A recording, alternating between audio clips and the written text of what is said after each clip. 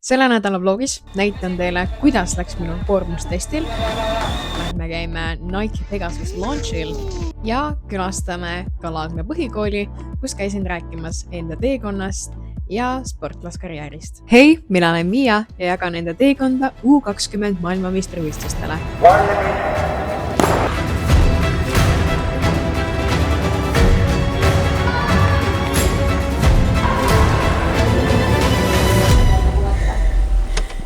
Täna on 22. aprill ja mul on täna koormustest. Hommikusöök on lihtne, kuna test toimub kell 13.30, siis saan rahulikult enda tavapärase või lihtsa hommikusöögi süüa ja saan ka lõunasöögi teha veel sellise kergema.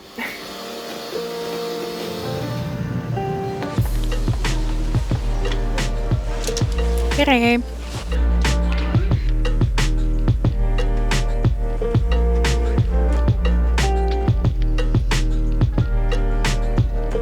Tavaliselt käin ma spordiarsti juures üks kord aastas, aga seekord on siis sattunud niimoodi, et ma tulen teist korda juba.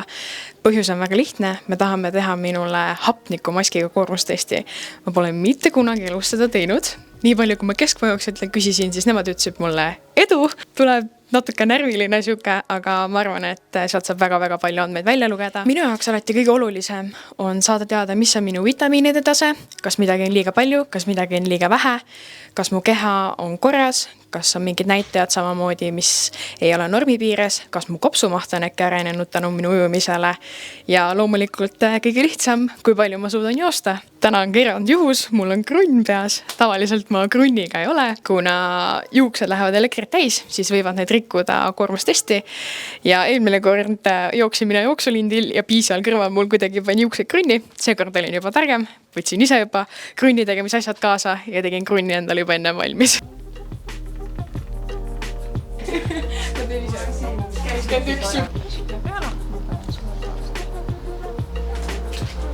Esimene osa on tehtud, nii et nüüd lähme teise tuppa. Nüüd me saame siin nurga taga oodata. Ja eesmärk on moleta Oregon, jah? Jah. Kuidas sinna peale saamise šanss on sul hetkel? Päris hästi tegelikult. Mis see norm on seal? 11.8. Ja kogu hingamine lihtsalt käib läbi maski, muud mitte midagi teistmoodi ei ole. Mask iseenesest ta ei tohi olla sul valus, niimoodi, et sul on see tunne, et sa ei saa suud lahti teha või läbi suu ei saaks hingata, kui intensiivsus läheb suuremaks. Ja hea asi on see, et kui ta on sul see silikonist mask on vastu nägu, see silikon natukene soojeneb, sellega ta muutub natukene pehmemaks ka vastu nägu ja tõenäoliselt ei avalda nii palju nagu seda survet.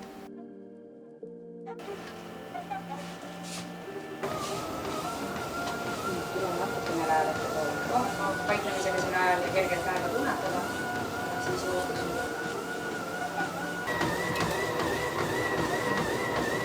Võime järgmisele ka veel minna.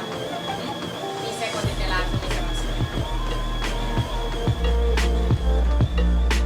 Kas see järgmist tahad proovida? Nii, tule siis ettepoole, nii et sa ulatad aega selle eest kinni võtta. 10 sekundit on veel vaja pingutada, läheb.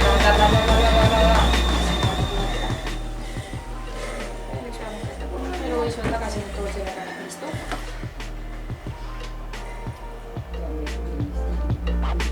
Ma võtan ära, et sama maski ära. Tõesti päris hea tunne.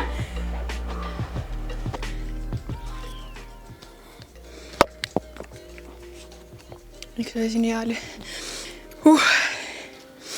Koormustest on tehtud. Tunnen mega. Võib-olla sükene emotsioonile laksan ka praegu. Aga maskiga joosta oli päris huvitav. Ma arvasin, et see on ebamugavam. Sükene nagu koera tunne, et sul on nagu nina siin ees kusagil. Et ma arvasin, et see on hullem. Ma enam ei karda. See on uus asi minu bucket listis, mis on done nüüd. Jalg oli ka suhteliselt mõnus. Ei tõmmanud nii kiiret võib-olla täis kui eelmine aasta ja nii hullult. Et eks võib-olla aastatega see piiritunnetus ka nagu tõuseb ja saad aru, kus su piir on. Aga suur aitäh Piile, et ta selle testi läbi viis. Alati mega mõnus ja tore temaga. Piil lööb nüüd kokku tulemusi, võrreldes siis üleüldiselt kui ka eelmise aastaga. Nii et eks me näe, kuidas see kõik siin jooksvalt on läinud. Ma ise arvan praegu, et pigem paremuse poole.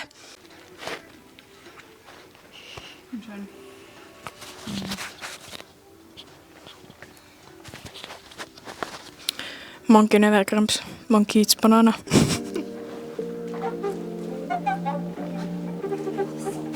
Vaata, see oranž graafik näitab sinu rasvade kütusevaru, eks ole, ja vaata, kus lõpus hakkad ainult püsivesikute peale elama. Nii nagu peabki, eks ole. Koormustest on tehtud ja tulemused on kõik teada. Tukene kahtlesin iseendas ja tegin eelmine kord hoopis 16 minutit jooksu, seekord siis 15 minutit. Aga nagu Pi ütles, siis see minut siia sinna tegelikult ei tähenda mitte midagi. Nii et ma olen tegelikult väga heas vormis. Saime väga palju infot minu keha, minu seedimise, minu ainevahetuse kohta. Nimelt saime täpsemalt teada, mis hetkel hakkab näiteks minu keha kasutama just nimelt süsivesikut ja teame nüüd ka, mis pulsil seda kasutada. Saime lisaks ka kinnitust, mis pulsil, millist treeningut teha kõige optimaalsem on. Lähipäeval annab Piip teada ka, kuidas vereanalüüsid on, kas vitamiinid ja näidud on ka kõik korras ja vastavalt sellele tuleb siis ka lõppkokkuvõte ja tulemus sellest koormustestist. Kindlasti siinkohal kutsun üles noorsportlasi käima just nimelt tervise- ja spordikontrollis, et saada teada, kas teie kehaga on kõik korras ja kas teil on spordile vastunäidustusi. Nagu nägite, siis koormustest on tehtud. Mina olen omadega jõudnud õue jalutama, sest koormustest oli põhimõtteliselt minu ainus liikumine täna ja ma mõtlesin, et võiks ikkagi jalutama tulla.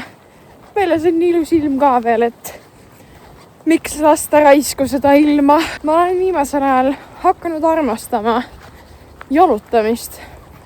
Ma käisin Keila koolis rääkimas vaimsest tervisest ja tervislikust eluviisist. Muga oli paneelis veel Ülle Välk ja Kaspar Defnov. Nendega oli mega äge vestlus ja Ülle ütles nii ilusti, et kõige raskem samm on tõusta püsti sealt diivanilt, sest et see on juba pool teed. Ma ise katsetan sellist tehnikat enda peal, et kui ma mõtlen sellele asjale, siis ma lähen kohe tegema. Ehk siis kui ma mõtlen, et ma võiks minna jalutama, siis ma lähen. Sest ma juba mõtlesin seda, see tähendab seda, et midagi mu sees ütleb, et sa pead seda tegema täna. Ja nii oli, ma mõtlesin, et nii ilus ilm on, et tahaks jalutada. Ja ma panin jope selga ja ma tulin õue. Nii et see ei ole midagi rasket. Võib-olla on ka see, et sportlasena on mul väga hea distsipliinitaluvus ja enese motiveerimise jõud sisemiselt. Aga see on tegelikult arendatav igas inimeses. Seda tulebki lihtsalt teha aastast aastasse, nagu teevad seda tippsportlased. Sa teed aastast aastasse ühte asja ja sellega tekib distsipliin. Täna on siis tõusupäev, ehk siis me lähme tõusu jooksma. Aga ma mõtlesin, et ma katsetan enne trenni jälle ühte uut asja. Nimelt sain ma endale uued Nike Mindid.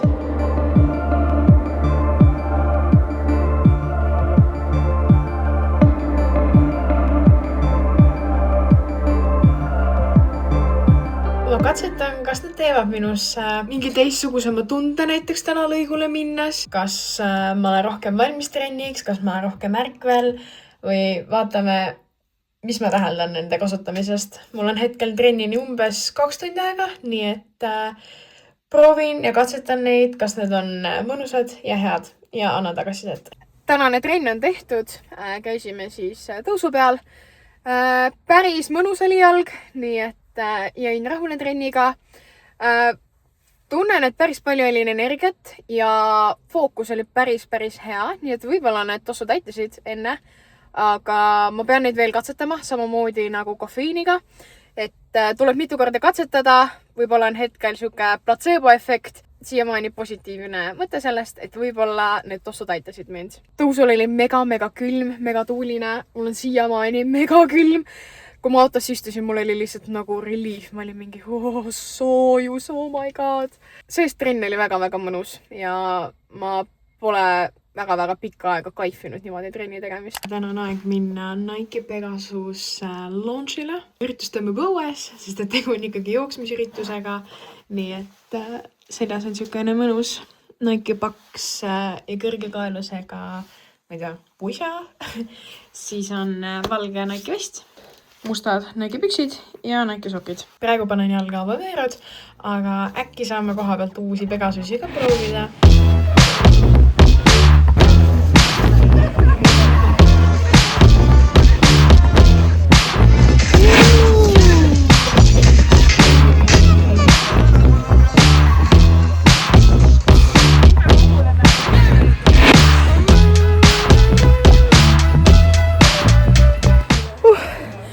2 meetrit läks päris kiiresti isegi.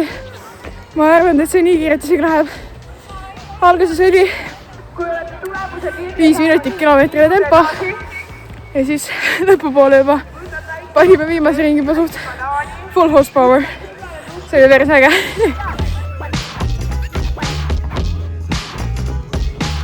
Just jälle minu kodust. Täna on neljapäev, 30. aprill ja ma lähen Laagna kooli rääkima siis endast, mida ma teen ja lähen näitama ka erinevaid asju, mis mul kogunenud on võistlustega. Siin on treenikott praegu.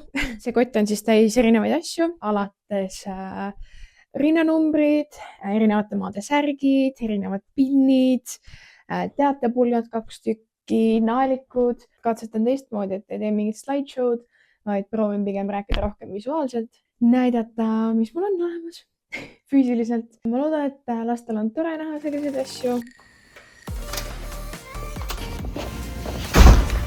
Ärge palun vaadake, kui mustad ma jalavad on. Nii et ärge tšaasige, et nad nii mustad on.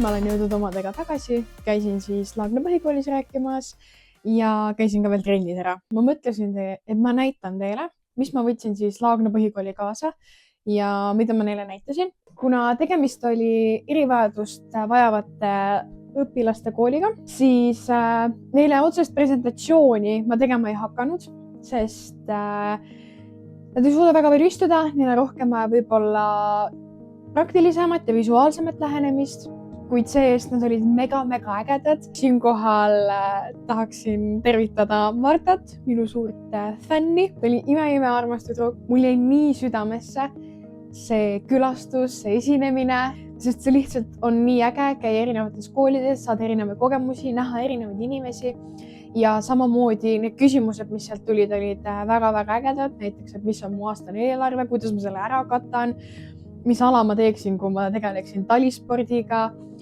Lihtsalt mega äge. Mis ma kaasa sinna võtsin? Ma võtsin kaasa TV10 tähekese. Näitasin siis, mida on võimalik saada võistlustelt kaasa, et TV10 tähekene on küll Eesti võistlus, aga siiski mingi meene. Ma eile õhtul põhimõtteliselt meisterdasin siukse vorstikese kokku. Selle vorstikese sees on kõik minu pinnid. Näitasin siis enda suurt kollektsiooni. Mul on kokku pea 60 erineva riigi pinnid. Sain siis tutvustada, milliste riikide rinnamärgid mul olemas on. Päris huvitavaid küsimusi tuli nende kohta, millised mul on ja kas ma ei taha mingeid juurde. Näiteks minu käest küsiti, et kas ma ei tahaks endal saada Brasiilia pinni. Ütlesin, et jaa, väga tahaks, sest et üks poiss oli brasiilialane. Nii et nüüd, kui ma MM-ile lähen, siis ma pean brasiillaste käest küsima. Võtsin kaasa ka 2 teatepulka, et näidata vahet, millised on 2 erinevat pulka. Seda kasutatakse vahepeal tiitlivõistlustel, et siit ülevalt siis panna kiip sisse ja see on selline täiesti tavaline treeningpulk. Nende kaaluraskuse vahe, lapsed said neid samamoodi jällegi vaadata visuaalselt, võrrelda 2 erinevat pulka. Siis hästi äge oli see, et ma võtsin kaasa kõik enda rahvusvahelised särgid, mis mul on ja tegime siis viktoriini. Kas te arvate ära, mis maa oma see on? Ma olen kogunud tänu endale headele tutvustele palju erinevate riikide särke ja ma olen nagu tõsiselt tänulik nendele inimestele, kes on nõus olnud minuga neid vahetama. Seal peaks mul olema kokku 8 erineva riigi särgid, nii et 2 neist on Hispaaniamad. Need olen ma saanud siis enda hea sõbranna Madriga käest, kes mulle 2 tiitlivõistlust järjest siis on andnud 2 erinevat särki. Siis on mul näiteks Šveitsi särk. Selle arvamisega oli lastel kõige raskem, sest ma näitasin kõigepealt esist ja siis näitasin alles tagust. Ja nad ei mõelnud välja, mis see Swiss võiks olla, aga lõpuks üks nutikas ütles Šveits, nii et nad jõudsid selle vastuseni. Ma arvan, see Šveitsi särk on üks mul lemmikuid särke. Ma olen seda trennis ka kandnud vahepeal, see on väga sükene, ta on hea materjal ja mulle endale väga meeldib Šveits. Ma pole Šveitsis mitte kunagi küll käinud, ma tahaksin tähega minna, nii et see on minu jaoks väga tähendusrikas. Mul on ka paar eksootilisemat särki. Üks neist on näiteks see. Eelmisel MM-il, kui ma käisin, siis üks austraallanna andis mulle Austraalia särgi. Mis selle särgiga nüüd teistmoodi on? ta ütles, et see on väga eriline särk, et ma kindlasti ei kingiks, ei annaks seda ära. Uutel Austraalia särkidel on siia ette on pandud peasponsori logo ja ta ütles, et see on üks väheseid särke, millel ei ole seda logo. Ehk siis kõik muud särgid, mis ta andis teistele, oli logoga ja ta usaldas mulle ilma, nii et suur aitäh. Ma arvan, minu kõige eksklusiivsem särk on Bahama. Siin läheb tänu Uibode perele, kes meid soojalt Bahamal tervitasid. Näitasin ma ka neile võistluste akrediteerimiskaarte. Võtsin kaasa siis enda Bahama akrediteerimiskaardi, U18 EM-i kaardi. Mõlemad neist pakkusid lastele väga palju huvi. Niisama pelgalt ei näe siukseid lihtsalt kaarte mingite lipikutega. Seletasin neile põhjuse ka ära, et igal võistlusel on kohustus kanda, et inimesed teaksid, kes sa oleksid ja kui sa oled sööma ja kõike sellist, siis neid on vaja. Saage tuttavaks minu akrediteerimisnurgaga. See siin. Kõik need on need kaardid, mis ma endale kogunud olen aastate jooksul. Kõik. Kõige suurem hitt, ma arvan, oli kindlasti minu medalid, mida ma neile näitasin. Minu U18 Euroopa meistrivõistluste medal. See on siin siukses hästi ilusas karbikeses ka veel. Siis enda 2 beebit, minu esimeste tiitlivõistluste medaleid. Lisaks sellele näitasin ka siis enda võistlusnumbreid. Neid on kogunenud aastatega väga-väga palju. Ma ei ole ühtegi võistlusnumbrit visanud ära alates aastast 2019-2020 ma pakuks. Siin on suur hunnik neid. Selles folderis on olemas kõik minu võistlusnumbrid, minu sünnipäevakaardid, minu diplomid ja ka erinevad kirjad, mis ma olen näiteks saanud enda tuttavatelt sõpradelt, fännidelt. Kõik need on tegelikult alles, sest ma väga-väga hindan selliseid asju. Siis kui keegi kirjutab mulle kirja, siis ma olen sellest väga-väga sisse võetud juba. Suur aitäh Anette Kirkele, kes mind kutsus Laagna põhikooli. Suur aitäh ka Laagna põhikoolile. See oli tõesti väga-väga kogemus. Mul oli nii hea ja positiivne tunne seal käies. Sealt ära tulles mul oli väga suur emotsioonilaks. Mul oli nii positiivne tunne, mul oli nii hea tunne. Mulle väga-väga meeldis see kool. Ja siinkohal tahan ka öelda, et kui sa oled huvitatud mind kutsuma enda kooli, spordiklubisse või üritusele rääkima, siis kindlasti võta minuga ühendust, sest ma olen väga-väga avatud sellistele ideedele. Ainult loetud kuud ja päevad ongi jäänud U20 maailmameistrivõistlusteni, nii et kindlasti pane like ja subscribe. See näitab meile, et sulle meeldib see content ja jagan juba rohkem enda sportlasteekonnast järgmistes videotes. Tšau!